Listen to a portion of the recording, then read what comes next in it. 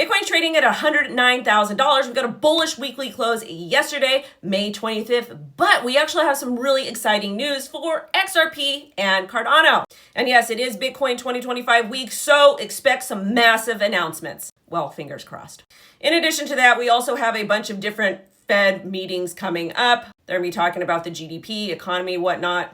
So yeah, it's going to be a big week, but let's get into it about Ripple and Cardano and everything in general. I'm WendyO. I talk everything crypto every single day. Smash a like, drop me a comment, and of course, subscribe, set all alerts so you get more and don't miss any of the top crypto news.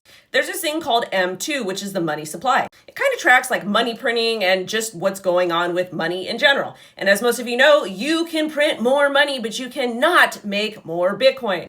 Well, as M2 continues to expand, that's the money supply, that means Bitcoin is continuing to show bullish momentum. That's just what we're seeing right now. And I wouldn't be surprised because Bitcoin was created as essentially a hedge against all of this insanity we're seeing. And money printer going...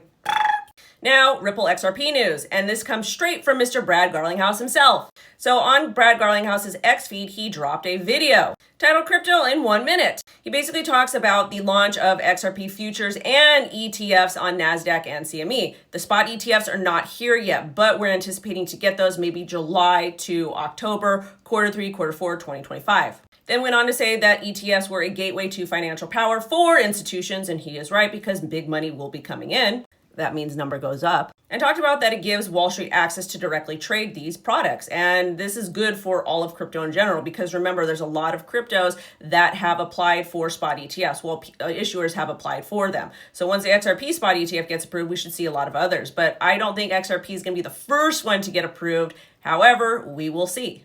But it went on to compare the XRP spot ETF once approved to the success of the Bitcoin ETF. And of course, Ripple's broader strategy in traditional financial markets. Then there was an article that dropped from CryptoSlate, basically stating Dubai Land Department has selected the XRP ledger, XRPL, to power its real estate tokenization initiative, making a significant step in integrating blockchain technology into Dubai's property market. And this was announced today, May 25th, 2025. The article then goes to talk about how this tokenized real estate market could reach $16 billion by 2033, representing 7% of Dubai's property transactions. Again, RWAs, important, pay attention to those. And of course, XRPL was chosen, according to this article, because it's super fast and affordable. Now, Mr. Charles H. from Cardano went on X to support Ripple. And this was in regards to Ripple's potential acquisition of Circle. Remember, allegedly, Coinbase and Ripple are kind of going at it to acquire Circle. Coinbase does have it in very nicely with Circle, as they've been a very big investor, but Ripple wants a piece of the pie. And Ripple, I believe, bid $4 to $5 billion on the acquisition of Circle. Circle wanted to go create an IPO, but that might not happen. They might just get acquired. But Charles went on to support Ripple, saying that if Ripple acquires Circle, that would be good because it essentially is breaking up the monopoly that we're seeing happen in crypto, which, true or not true. He also said that Ripple was a better custodian for Circle than Coinbase and some of the other guys. And apparently there could even be people outside of Coinbase bidding on Circle. But again, we don't really know what's going on with that yet. If Ripple does acquire Circle, that would be absolutely bullish for them long term because they're kind of like a banker's coin. And remember, they're also in the process of acquiring Hidden Road for $1.25 billion. That still has to be approved by the agencies.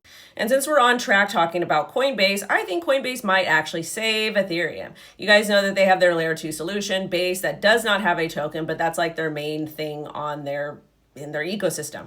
But they know that Solana is actually beating them in popularity.